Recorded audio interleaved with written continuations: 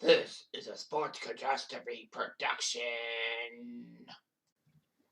Hey there, hello, ho there. It's Jeff Carter Dublin welcoming you to another Sports Catastrophe on this day. And on this day, August the 6th, 1948. I know it's the third Olympics, one in 4 days, but the Olympics usually happen in August, so I gotta pay homage. And basically, she was one of the best female athletes of all time, Fanny BLankers-Koen. I know she's dead. Well, she was born in 1918, died in 2004 at age 85. But she was known for being a legend in the 1948 Summer Olympics in London, when the women's events were basically more than bargained for. She took part in the 1936 Summer Olympics, but basically during World War II, she would set many world records. She won 4 Olympic titles, 5 European titles, and lots of Dutch championships, obviously. She actually set or tied 12 world records, and her last was at age 33 in 1951 in the pentathlon. She would actually retire from the Olympics in 1955 and named Female Athlete of the Century by the IAAF, basically the track and field things. And her Olympic victories are credited with eliminating the belief that age of motherhood were barriers to success in women's sport. So she was a natural athlete. So she was on the track and all that.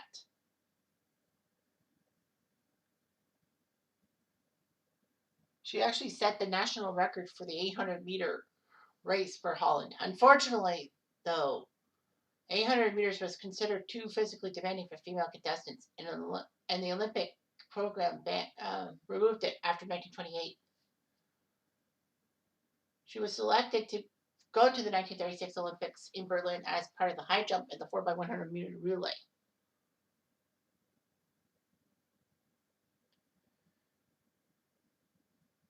The funny thing is that the high jump and the relay competitions were held on the same day. So she would take 5th in the high jump and 5th in the relay. She would basically move up to the top of the heap and all that. She was expected to do quite well in sprinting in the 1940 Olympics in Helsinki. Sadly, though, World War II put a stop to things.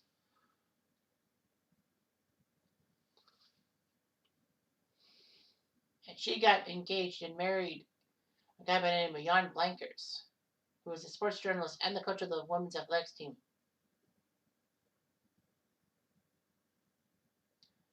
Actually, what happened is that Jan Blankers was one of the guys who said that women shouldn't compete in sports, which wasn't unusual at the time.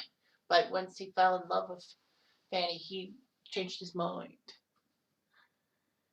Basically, when she gave birth to her first child in 1942, the Dutch media thought that her career would be over because top female athletes who were married were rare, and it was inconceivable that a mother could be an athlete. But BLankers-Koen resumed training weeks after their son's birth. BLankers-Koen would set lots of world records and all that.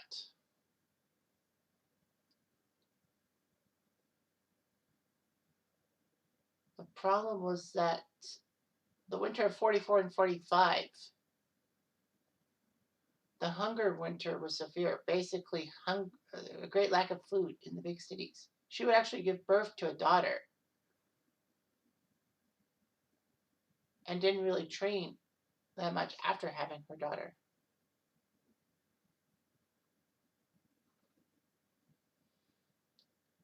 So, meanwhile, she had a third child. So she was 3 years old, and people were thinking that she can't do anything about that. But, however, she was ready for the 1948 Olympics in London, the first pole sport Olympics. She actually limited herself to 4 events: the 100 to 200, the 80-meter hurdles, and the 4x100 relay. Actually, competition rules said that athletes could not compete in more than 3 individual track and field events, and the relay is a team event, so that counts as 4. So she wouldn't be a high jumper or long jumper.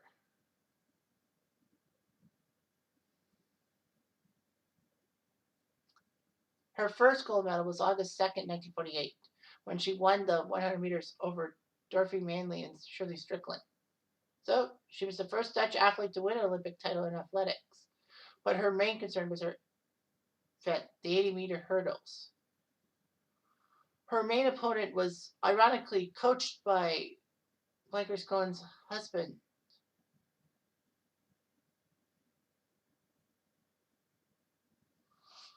BLankers-Koen didn't get off to the fast start, but shockingly won the competition.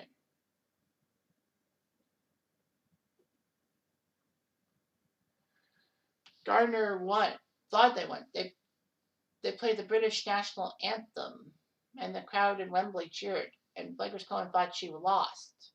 However, the anthem was played in honor of the British royal family, so she did actually win the 80-meter hurdles.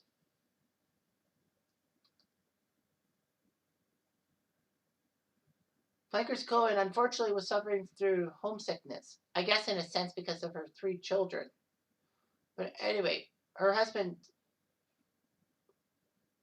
inspired her to continue on with the 200 meters.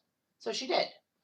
And then August 6th, she got her 3rd gold medal, winning the Olympic 200 meters, the first by women's thing, winning by over 7/10 of a second over Audrey Williamson, the largest margin of victory in an Olympic 200-meter final. And then the final day of the track and field competitions was the 4x100-meter final. The Dutch team qualified for the final. But before the final, she was actually missing. She went to get a raincoat and arrived just in time for the race. She was in 3rd place as the anchor runner behind Australia and Canada. But she caught up with them, beating Australia for the gold medal. Surprised that the Americans weren't that good. Usually it's America who usually does well in the 4x100. So Fanny won 4 of the 9 women's events at the 48 Olympics, competing in 11 heats and finals in just 8 days. She won 4 Olympic gold medals, the first woman to do that. And in a single Olympics, too. It's amazing. She was dubbed the Flying Housewife. And Amsterdam basically pulled out all the stops for her, getting a lot of things. Queen Juliana made her a Knight of the Order of Orange Nassau. So she got many offers for endorsements and advertisements. But she had to turn the offers down because of the amateurism rules and all that.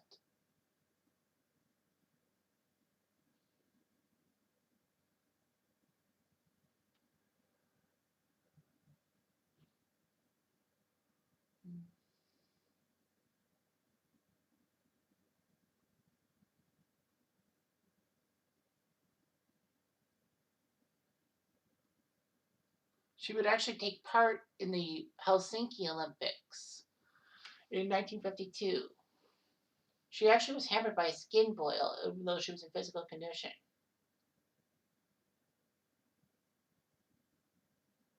She could have made the 100-meter final, but she had to save herself for the hurdles race.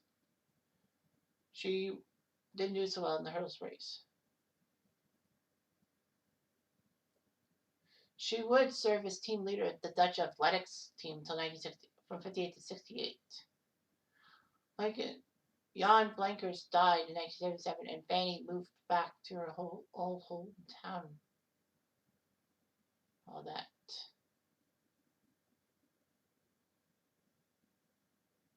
So yeah, she unfortunately would suffer from Alzheimer's and was also deafened. She died in 2004. It was amazing. All that. In fact, she actually held the Amsterdam club record for women's 100 meters, the club record of finals for 62 years, which was amazing. Shows how good she really was. All that.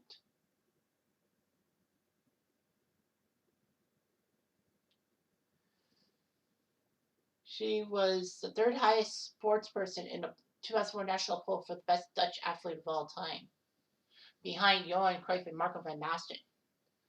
Statues of her were erected for her.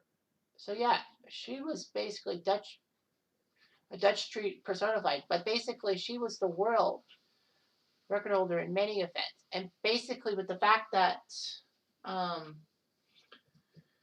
women's athletics, people thought we're not going to do well because women could age terribly. All that she put those fears to rest in 1948 at the London Olympics. Good for her. Anyway, I'm jumped diving. I do.